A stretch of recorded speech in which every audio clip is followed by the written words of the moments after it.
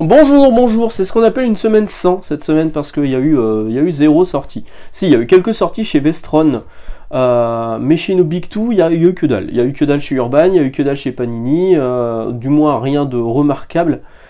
Chez Vestron, il y a eu des trucs, il y a eu du Tortue Ninja, il y a eu du G.I. Joe, il y a eu du Transformers aussi, je crois, du Power Ranger. Donc pas mal de sorties chez Vestron, dans des formats un peu plus petits que les comics habituels, en version souple, à un prix qui est quand même un peu élevé, mais qui peut se justifier par le fait que ce soit vraiment une petite structure. Mais chez Panini et chez Urban, rien. Du coup, pas grand chose à vous présenter cette semaine, à part peut-être faire un point sur les lectures VO, mes dernières lectures VO que j'ai faites récemment. Alors oui, je parlerai la semaine prochaine de la nouvelle vague de Urban Nomad qui est annoncée pour fin août. Je vous parlerai également de l'augmentation, tout va passer à 1€ plus cher en Urban Nomad, et oui. Historiquement, il y a toujours deux augmentations possibles dans le domaine du livre, c'est-à-dire qu'il peut y avoir une augmentation en janvier, et il peut y avoir une augmentation au 1er juillet. Bon, là, a priori, il y a un changement de grille tarifaire, vous savez, le fameux changement de grille tarifaire, qui va débarquer chez Urban pour le mois de juillet, et donc qui va toucher la plupart de leurs publications. La plupart de leurs publications à vérifier, mais en tout cas cette gamme Urban Nomad, oui, toute la gamme de prix prend 1€ de plus. Donc du coup, les visuels, les PLV, tout ça que moi j'ai en magasin où c'est écrit de 5,90 à 9,90, je peux les foutre à la poubelle, ils sont plus bons. Voilà. C'est dommage, mais bon, on en reparlera la semaine prochaine, on refera un petit bilan. Bon, il y a quand même des trucs à noter, du Death Reaper, du Batman Silence, Batman Hush. J'ai jamais aimé le fait qu'il appelle Silence en français, ça sonne pas bien à l'oreille, je trouve, Silence. Mais bref, donc c'est Batman Silence. Et voilà. Donc les lectures VO que j'ai faites cette semaine. Alors si, j'ai vu passer quelques annonces. Alors c'est vrai que j'ai vu passer quelques annonces. On commence à travailler les nouveautés qui vont jusqu'au août-septembre. Et j'ai vu passer par exemple chez Panini deux titres qui sont déjà sortis, mais que Panini ressort à petit prix. Des titres que Panini nous avait vendus comme des chefs-d'œuvre, comme des titres indispensables à toute bibliothèque de lecteurs. Et même si vous zoomez un petit peu, vous verrez que je ne les ai pas ici. À savoir Mother of Madness de Emilia Clarke de Game of Thrones, l'actrice de Game of Thrones. Et Monkey Meat de Juniba, qui a un style graphique franchement pas dégueulasse, mais quand je l'ai feuilleté, moi j'étais pas le public. Donc c'est deux titres qui étaient bien survendus de la part de Panini, auxquels on avait quand même joué le jeu en librairie, parce que voilà, c'est des nouveaux titres, c'était des récits complets en plus. Donc ça c'était tenté, il y avait le nom d'Emilia Clarke qui était plutôt vendeur. Donc ces titres qui étaient proposés à des prix extrêmement abusifs, moi je trouvais que vraiment leur principal défaut c'était le prix qui était demandé, vont passer à 10 balles. Voilà, les deux ressortent à 10€ en prix offre découverte. Et je pense qu'ils auraient dû être à ce prix-là dès le départ. Là, Panini a loupé le coche. Ça m'a fait rire d'ailleurs parce que ma repré m'a dit je vais bientôt les rencontrer à Nice. Je lui ai dit tu leur passeras le bonjour de Max, ils seront contents. Et donc voilà, des titres qui pour moi auraient déjà dû être à 10 balles à leur sortie. Et là, là clairement, qui ça va intéresser maintenant? J'en ai pris très peu. J'en ai pris très peu parce que les rayons sont pas extensibles. Et puis on a loupé la fenêtre de sortie. Pour moi c'est foutu. C'est dommage, parce que c'est des titres qui auraient pu se vendre à 10€ tout de suite, et en jouant sur le côté nouveauté, machin, tout ça, et là c'est trop tard. C'est trop tard. Mais du coup on se pose la question, parce qu'ils nous ont quand même survendu pas mal de trucs aussi chez Panini, d'autres titres, comme 8 Billion Jennies, qui s'est lui vendu plus que ce que j'ai vendu sur Mom et Monkey Meat par exemple. Mais 8 Billion Genies, peut-être qu'un jour il va passer à 10 balles. Mais vous voyez, c'est ce que fait Urban sur les premiers numéros de leur collection Indies, sortent à 10€. Je sais pas si c'est encore le cas, mais ça sort à 10€. Et la suite, par contre, est un peu plus chère. C'est ce qui a été fait sur le Urban Indies 10 ans, 10 titres, 10€. Donc vous payez le premier tome à 10 balles. Alors pour certains comme New Burn, c'était déjà sorti à 10 balles, donc ça servait pas à grand chose. Crossover pareil, mais la suite, vous la payez plus cher, forcément. Voilà, voilà. Donc j'avais noté ça. Dans les news VO, une news qui moi me ravit, c'est Day One. Je me pose même pas la question. Le truc va être vendu 5$, donc c'est quand même mes 48 pages, parce que c'est vrai que chez chez Marvel, 5$ c'est du 24 pages classique et c'est hyper cher. Pour le comic, c'est vraiment devenu un marché de niche qui en plus est devenu très très cher, n'en déplaise, n'en déplaise à certaines personnes qui trouvent que non, c'est pas si cher que ça. Si, c'est cher. C'est cher. Le floppy à 5$, c'est hyper cher. Donc il y a un floppy à 5$ qui sort en 48 pages cette fois, scénarisé par Marguerite Bennett et dessiné par Giuseppe Cafaro, que moi je ne connais pas du tout, mais j'ai vu des planches et je trouve ça plutôt joli. C'est ça. C'est ça. C'est Witchblade qui revient dans un reboot avec de nouveau Sarah Pezzini en tant que détentrice du Witchblade. Donc là c'est celui qui est d'époque, Witchblade le gant magique. Le gant magique, c'était sorti en 96 en VF. Alors moi j'ai aussi la VO là quelque part. Que j'avais adoré, donc c'est du David Wall, Brian Aberlin au scénario, Michael Turner au dessin qui réalise des planches absolument incroyables, absolument magnifiques. Sur le reboot de Switchblade, on nous annonce que ce sera toujours le même côté un peu sexy, mais aussi magique, policier, parce que Sarah Pezzini est une flic, est une femme flic. Donc j'ai hâte de voir ce que ça va donner ce reboot. Alors, il y avait déjà une relance en 2017, mais franchement le trait m'avait pas plu, j'avais pas tenté le coup. Je sais pas si vous l'aviez acheté en 2017, cette nouvelle relance de Witchblade. Si c'est bien, dites-le moi, parce que je sais qu'elle était PB. Et donc là c'était quand même un projet qui était prévu, une relance qui était prévue depuis 2017. 2017 Je suis une connerie. Je sais plus. Ça a été annoncé il y a un moment déjà. Il y avait même eu un Witchblade 1.5 qui était la preview avec les hardcovers qui étaient proposés en Kickstarter. Mais le dessinateur a changé, la scénariste est toujours la même, et Marc Silvestri est aussi associé au projet, et la première cover c'est du Marc Silvestri. Donc moi je suis ravi parce que justement ces derniers temps je me demandais où était Topco. Alors Wildstorm, on sait qu'ils sont perdus dans les limbes de chez DC Comics, franchement c'est malheureux de voir à quel point ces personnages que moi j'ai adorés quand j'étais plus jeune sont complètement mis à la trappe. Parce que c'est pas le Wildcats de Robinson qui va sauver l'univers de Wildstorm chez DC Comics. Et c'est vraiment dommage. Et c'est une question que j'aurais voulu que tous ceux qui ont pu croiser Jim Lee dernièrement lui posent, lui disent quid des personnages de Wildstorm que lui a créé, de Wildcats qui est juste là, des Gen 13. Et c'est aussi une question qu'on pourrait poser à Urban. Parce que Urban a ressorti les Wildcats du coup en fin d'année dernière. Est-ce que ça a marché? Est-ce que ça n'a pas marché? Est-ce qu'on pourrait envisager d'autres sorties? Je sais que moi j'en avais touché un mot à François Hercouet quand on s'était croisé en septembre l'année dernière, très rapidement. Moi j'avais évoqué Gen 13 et lui avait parlé de DV8. Alors DV8 ok, mais si on sort pas de Gen 13, DV8 seul c'est un peu bizarre.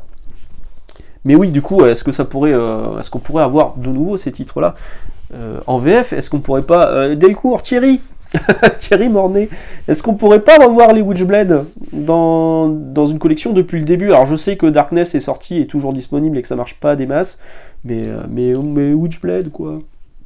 Allez, vous avez fait des intégrales de Favom, vous avez fait des intégrales de merde, c'était quoi déjà? Il y a eu Firefly. Je sais plus. Il y a eu 2 intégrales qui étaient sorties chez Delcourt avec Michael Turner au dessin. On pourrait avoir des intégrales de Witchblade, c'est Michael Turner aussi, et pas que. Il y a aussi du Kutcha, fait toujours rire son nom. Enfin, il y avait des super artistes sur Witchblade. Et les crossovers avec Darkness, c'était vraiment cool. Enfin, c'est vraiment toute une période que moi j'aime beaucoup. Et je suis ravi donc de voir qu'il y a un nouveau Witchblade qui débarque cette année, et qui en plus reprend Sarah Pezzini dans le rôle titre, mais c'est un reboot, c'est pas une suite. Donc à la limite, ce sera accessible pour les nouveaux lecteurs. Comptez sur moi pour en parler dès que ce sera sorti. C'est annoncé pour le 17 juillet cette année, 2024, pour 5$. Je suis chaud.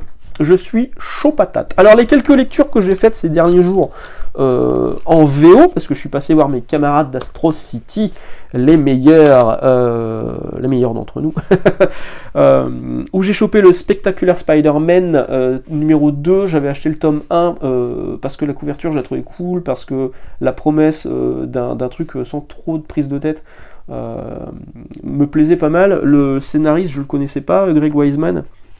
Bon, au dessin c'est Humberto Ramos, Et il réalise des planches qui sont comme souvent incroyables. Et avec un dynamisme que moi j'aime beaucoup. Je vais vous donner un exemple, voilà. Cette compo là, elle est top. Donc on suit Miles Morales qui est là, qui va rejoindre Peter qui est assis à sa table de café. Et on suit à travers des cases qui en fait sont toutes liées. Et je trouve ça vraiment top. Je trouve ça vraiment bien. La série est cool, il y a quand même des références à d'autres séries, notamment à la série de Miles Morales. Il y a un personnage de Miles Morales qui apparaît là-dedans. Alors si j'avais pas lu les derniers numéros de Miles Morales, la série précédente, avant le Blind Pack, là, j'aurais été paumé, c'est avec des clones, tout ça. Et pareil, il faut connaître un petit peu l'univers de Spider-Man, mais bon, de toute façon, si vous achetez cette série, a priori, c'est que vous êtes déjà familier avec les deux personnages. Et vraiment, c'est une très bonne série, je suis content parce que c'est du bon Spider-Man. Et en ce moment, c'est pas forcément le cas dans beaucoup de séries.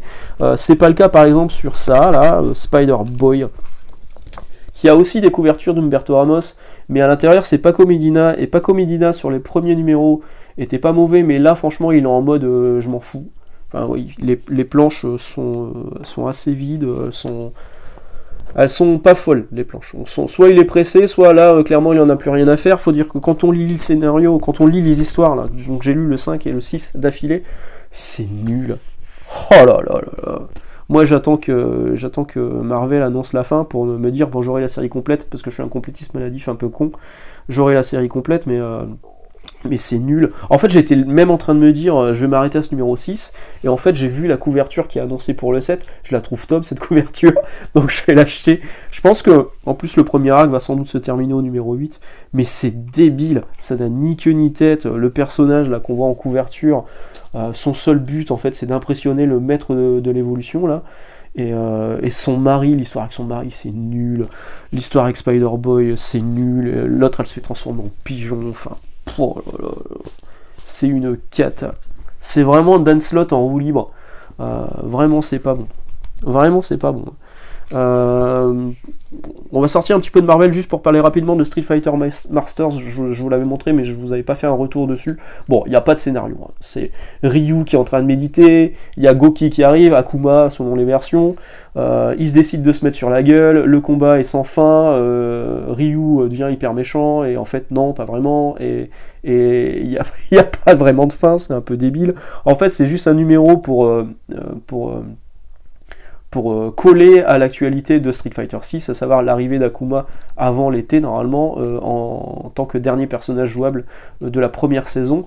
Je suis plutôt chaud, hein, j'ai hâte, parce que Akuma, c'est un personnage que j'aime bien. Par contre, j'ai découvert le dessinateur Kenneth Lowe avec ce comics, et je trouve qu'il a un style incroyable. C'est hyper cool. Ce style un peu... Enfin, je saurais même pas comment dire, hein, comment le décrire, c'est vraiment classe en fait. Et puis en plus, il reproduirait vraiment bien les... Ça, c'est un coup du jeu, quoi. Il reproduirait vraiment bien les coups du jeu, et je trouve ça vraiment classe. Le dessin, il est top. Le scénario est nul. C'est un one-shot, hein, dans tous les cas, c'est en un seul chapitre. Voilà, voilà. Alors, ensuite, on va revenir sur du Marvel, et on va finir sur du Marvel, avec Ultimate X-Men numéro 2. Voilà, il n'y a toujours pas les X-Men dedans, il y a ce personnage de Storm qui s'appelle pas Storm. Mais alors du coup c'est bizarre parce que elle, c'est Storm. Mais elle, c'est Storm. Donc il y a deux Storm dans l'univers Ultimate. Il y a un moment, il faudrait se concerter. Hein. Il y a un moment, il faudrait que Peach Momoko elle comprenne que l'univers Marvel, c'est... Même si là c'est l'univers Ultimate, c'est un univers partagé. Hein, parce que là on a vraiment l'impression qu'elle fait sa série dans son coin. Hein. Et en plus de ça, il y a des pages qui sont absolument moches. Il y en a d'autres qui sont plutôt sympas. On va pas retirer ça à Peach Momoko au niveau des covers, au niveau de la cover. Cette cover, elle est cool. Hein. Mais après, il y a des pages à l'intérieur, elles sont dégueulasses, quoi. Elles sont très très moches.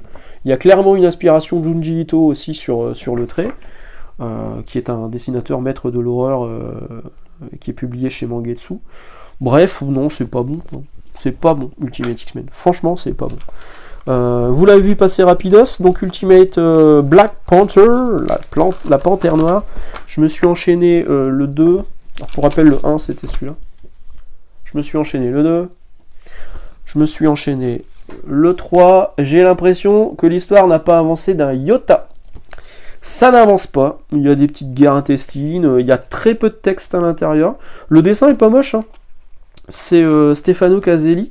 Le dessin est loin d'être moche, hein, mais au niveau du scénario, ça n'a aucun intérêt en fait.